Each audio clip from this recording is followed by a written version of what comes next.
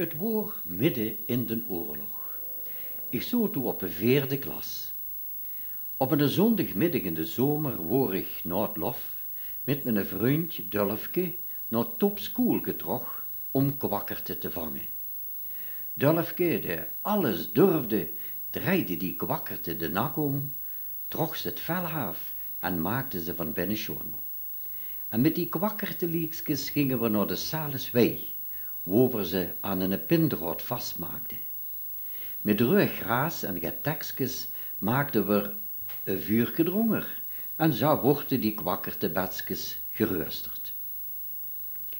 Dat waren een delicatesse, vooral in den oorlogstijd, wie het de nodige mancatie gaf aan levensmiddelen. Dat vuurke stoken, dat was een warm karwei, en ik hou mich mijn jasken uitgetrokken. Maar wie we even niet uitkeken, begon het gras rond het vuurke te branden. We houden de grootste meute om het uit te trampelen. En toen zag ik tot mijn grote schrik dat mijn jasje, dat ik in het grasauge lag, ramgesnirk word. Het jasje van mijn zonde spekske, en de mam die hou ik nog zo de wacht aan gezag, dat ik mich niet nut mocht maken. En daar word bij ons gaat uit wie ik met dat verschanjeleerd jasje even kom. Wat moest er nu aandoen als de zondige vorm moest waren, zei de mam. Jezus, daar hou ik nog graag goed niet bij stilgestangen. Tegen zondag, dan zou de bisschop eens komen vormen. De ram der wordt compleet. Een nieuw pakje kopen, dat gaf het toen niet, want aan kleage worden de winkels bekend niks meer te krijgen. En het bietje wat het nog gaf, dat wordt allemaal op de bon. Er wordt nog even gedacht aan het zondespak van mijn oudere broer, maar dat paste mich van geen skan, vuils te groot. Kilo boks, ons vetje, constateerde de mam, en mijn broer, dat er niet vuil verveulde om zie zondespak uit te leren zag, de bisschop der vormge de vogelverschrikker. En bij al den ambras in den oorlogstijd hou de mam alweer een zorg erbij. Kum tijd, kum brood, zag de pap, den een erg geluivige mens woor. Maar de mam die woor gaat nuchter eraan gelachen, die zag, ik heb geen tijd om op brood te wachten. Achter een week dan moet er gevormd worden, en dan zal er prompt voor de bisschop verschijnen. Verstraft moest ik 's avonds honger eten naar bed. En of het nu kwam door de lege maag, maar ik kon maar niet in slaap. Ik kroop uit bed, de slaapkamer uit, en zat mich op een trap. Ik deed dat dekker, wanneer ik niet in slaap kom. Ik vond het dan spannend om daar alleen in den duister te zitten en naar de geluiden in het huis te luisteren. Onder de deur van de kamer waren striep leeg, en af en toe hoorde ik dan de pap en de mam ondereen stilkes kallen.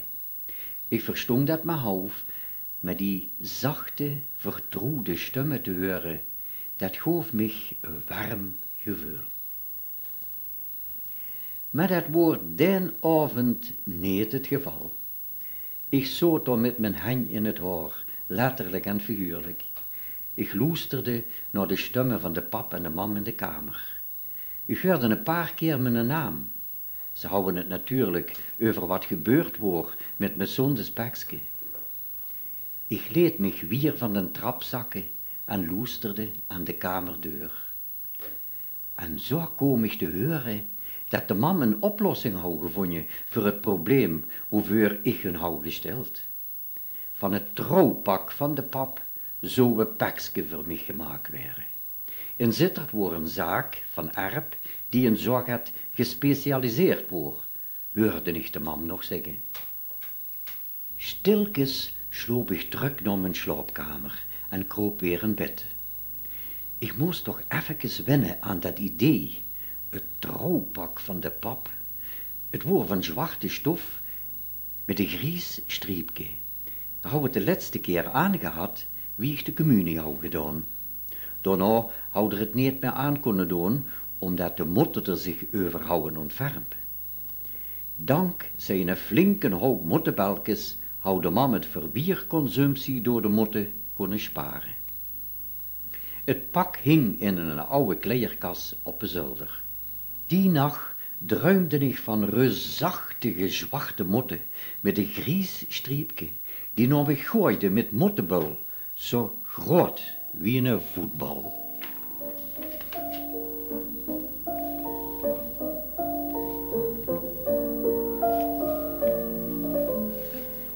Het zangerendaags gingen de mam en ik met de vaderbus naar Zittert. Zo'n de mam het trouwkostuum goed had ingepakt, rookste toch nog goed de scherpe lucht van die mottenbelkes. Het woord hartstikke druk in die bus en we stonden en zoten op een wie heringen in een ton.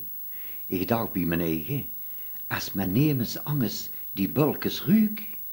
Ik hou het nog niet gedacht of een vrouw die neven mij stond, snoefde eens flink en zag, we kosten niet wel in een kleerkast zitten in plaats van in een bus. Maar gelukkig bleef het daarbij. In Zitterdagen gekomen gingen we een ene weg naar de winkel van Erp. De verkoper, die eigenlijk niks met te verkopen hou, die keek zorgelijk naar wat over was gebleven van wat in zijn trouwpak van de pap was geweest. De motten houden het toch erger verkammen zuild als de mam gedacht hou. Nadat de verkoper mij van ongerpost boven hou gemeten, moest er, hoewel tot zijn spied bijgeven, dat er geen pakje meer voor mij inzoot. Jammer, zuchtte hij, als de jong nu een kop klinder was geweest, dan wordt het misschien geluk. Ja, ik kan hem slag een kopje klinder maken, zag de mam een beetje prits. Teleurgesteld gingen we de winkel uit. De man probeerde het nog eens in een angerkleierzaak, maar vergeefs. We hadden allebei niet veel meer te missen en stilkens staffelden we naar de bus op de Rijksweg. En toen, wie we daar op de bus stonden te wachten, hoorde ik de man op binnen zeggen, Le Rang. Eerst dacht ik dat de man een heilige aan het aanroepen was, want in die tijd hadden de lui voor jeder problemen een heilige in vuur had. Maar nee, Le Rang, geen een heilige, Le Rang der bestond echt, en ik zou hem dezelfde dag nog leren kennen. De man was ben schans gesprekelijk en vertelde mij dat Le Rang een oude bekende van haar was. Daar woonde een remun.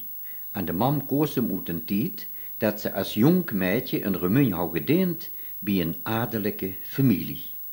En de bewuste rang der woor, Schnieder. De mam liet er geen graas over groeien en besloot dat we niet heven zouden gaan, maar een ene weg door zouden varen naar Remun. Gelukkig kregen we in de bus een plaatsje op de achterbank, waar ik het pak zo niet mogelijk onder de bank duwde, om nu commentaar over de ruik te voorkomen. In Remun aangekomen gingen we zoeken naar de voor mij totaal onbekende Le Rang. De man wist nog precies zijn adres en jawel, hij bleek er nog immer te wonen. Wie daartoe nog gebruikelijk wordt bij Schnieder, zoot er met de been over kruids onder zich boven op een heel grote tafel te werken. Hij koos de man direct terug, leed de scher die er in de hand hou vallen en wipte wie een haas van de tafel af.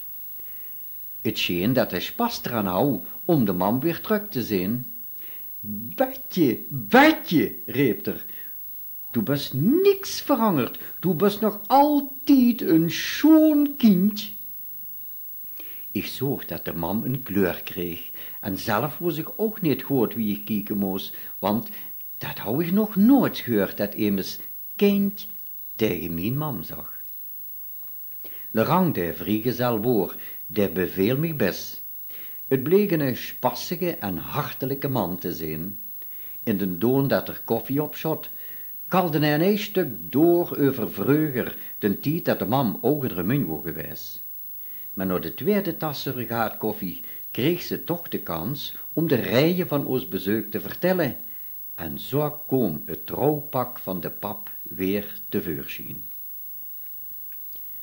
Kennelijk wordt bij Sleveneer aan de rang alles mogelijk, want hij bekeek zich het pak koom, nam mich de maat op, streek me eens over mijn bol en zag bekend zingen teren: kerelke, kerelke, dat werd een schoon pakske.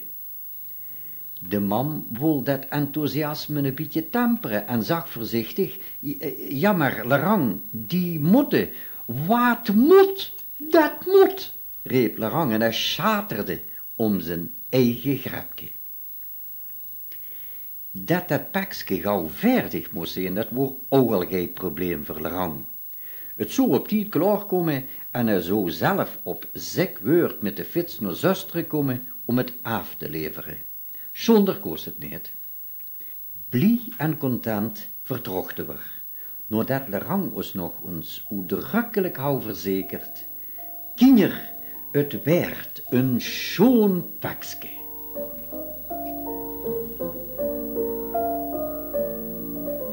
Zangerendaags schubde ik tegen mijn vriendjes op over het nieuw pakske dat door een richtige schnieder in Remun wordt gemaakt. Dat het gefabriceerd zou worden van de pap zijn trouwkostuum, dat vertelde ik natuurlijk niet.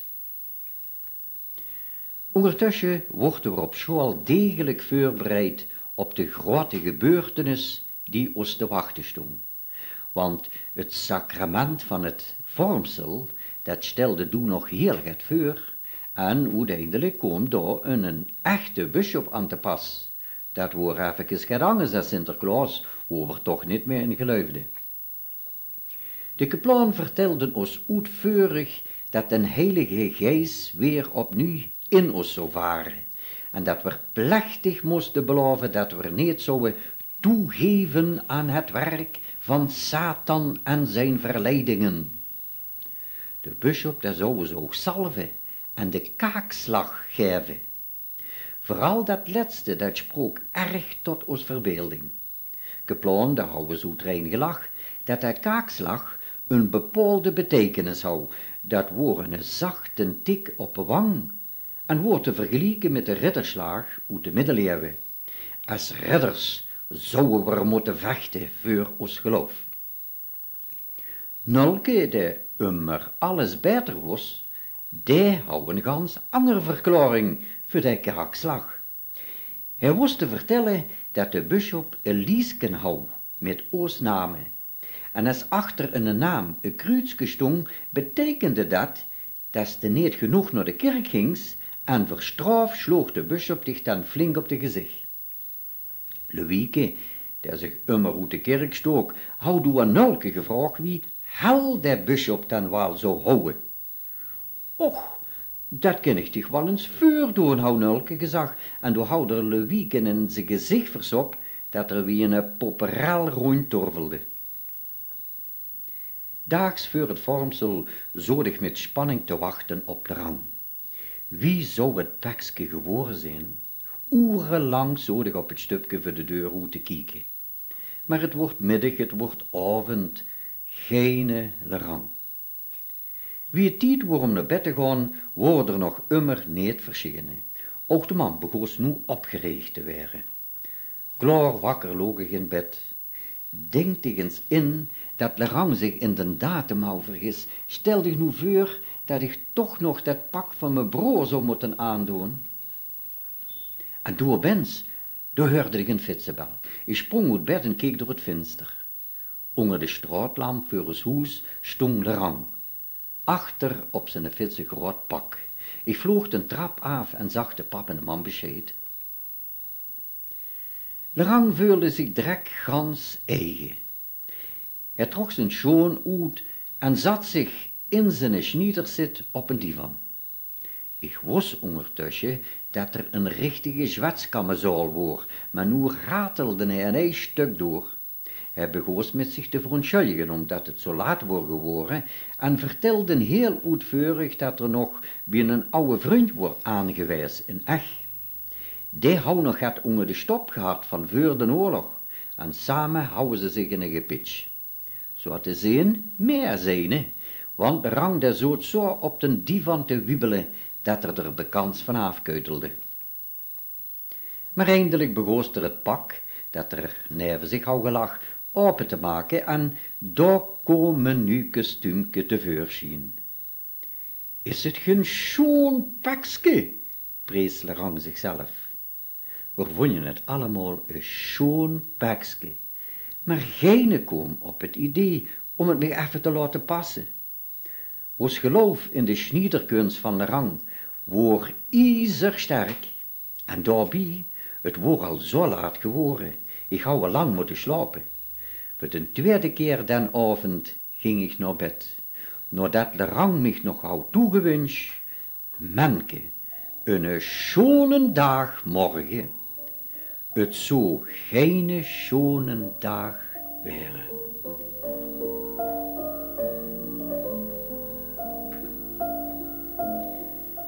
Wie ik morgens het nu pakske aantrok, kreeg ik de schrik van mijn leven. De boeks paste van geen skijn. Ze wordt vuilste eng, vooral in het kruids. Het wordt prondige veul, als wenste met de been van een op de stang van een herenfitsoorts. Ik buigde van eerlijn en wol die rotboeks niet aan. Maar het wordt tijd om naar de kerk te gaan en ik moest er toch aan geloven of ik wil of niet. Onderweg naar de kerk meende ik dat iedereen naar me keek, want ik kon me kaum bewegen in die boeks en ik leep wie een cowboy. In de kerk dacht ik mich niet verreuren, zoals ik erg onder de indruk word van de bisschop, die vol ornaat wordt aangetrokken, word ik erg gespannen, figuurlijk en letterlijk. Het deed richtig pijn, vooral in mijn kruids, en in panische angst vroeg ik me af of Lerang door misschien een nooi hou laten zitten. Ik kreeg het er warm van, en dat wordt nog erger wie Dolfke de neven mich toefluisterde. Ze kosten wel mottebulkes in de wierookspot gedaan hebben. De zweet brook mich uit. Om hem af te wegen, friemelde ik mich den tascheplak uit mijn jaske. Van den ambras viel mich dan op een grondje en doef, wie ik mich bukte, dan gebeurde het. Kraak, zag mijn boks. Alle kenjer die keken naar Dolfke neven mich, want van Dolfke wordt bekend dat er op hoge kanjen leed vliegen. De meester stuufde uit de bank op Dolfke aan en fluisterde wit van gif, heb je er weer een laten vliegen? Maar Dolfke de weeskans kort gewijs naar mij en zag, nee meester, ik heb er geen laten vliegen, hij heeft het gedaan. Ik spooide mij om de meester te verdutsen dat dat niet het geval wordt, maar dat mijn boksram gescheurd wordt. Gelukkig hoefde ik het hem niet te bewijzen. Als een lopend vuurke ging het onder de kenjer rond dat mijn buksken het begeven hou. Ik word het leefste door de grond gezakt van eerlijn. Achter mij hoorde ik een fluisteren, ze gaan skruids is gescheurd. En onder den doon wordt de bisschop aan het prijken, waarbij er het oog nog de ganse tijd over het kruids hou. In het kruis is jullie heil, zachter. Wanneer Dolfke mich aanstoot en mich grimschen toefluisterde, dat is wel lastig voor dich, want du hebt geen kruids meer. En het ergste zou nog komen. Eén voor één moesten we het priesterkoor op om door de bisschop gezalfd te worden en een slag op ons bakkes te krijgen, zou wie nulken ons hou uitgelach. Wie ik aan de beurt woor, schravelde ik uit de bank en begoos met een vuurrooie bulles aan de zwaarste gang die ik pas dan in mijn leven hou moeten gaan. Ik kneep mijn bedskes bijeen of wend er een gutje tussen zoot die ik niet mocht laten vallen. En wie ik daar voor de bisschop op de knieën zoot, hou ik het gevoel als wend ik in mijn ongerbukske zoot. Ik rierde van de zenuwen. De bisschop daar moet wel gedacht hebben dat een heilige geest op een wel gans bijzonder manier op mich inwerkte. Wat word ik blij wie ik weer op mijn plaats terug word. Maar wie Dolfke plagen fluisterde, du leept juist wie op eier. Toen kom ik ten evenvuil aan het lief, gauw genoeg geleden. Ik zat mich, door met nemes mijn kapotte boeks meer zoog, en ik bleef zitten, ook wie de meester op mich aankwam en mich gebooi om op de knieën te gaan zitten. Ik zag, meester, ik ben misselijk, en ik bleef zitten, zonder mich te reuren. Noordendeens veegde ik wie een haas hevens. Daar trok ik direct die rotboeks uit en smeet ze van gif bovenop de keukenkas. Ik heb ze nooit meer aangedaan, ook niet nadat de mam ze zo goed en zo kwaad als het ging, gaat de ruimer al gemaakt. Op het eind van de oorlog, wie bekans geen eten meer woor, had de mam het schoon pakske bij een boer geruild voor een stukje spek. Het zal zo gaat een jaar na mijn vormsel zijn geweest, wie er een doorjebrief in de bus loog. Het bleek dat Lerang gans onverwachts gestorven woor. Wie de man het mij vertelde, hou ze tranen in de ogen. Stil voor ze goed zag ze, het woor een gooie mens. Maar een slechte schnieder, zag ik.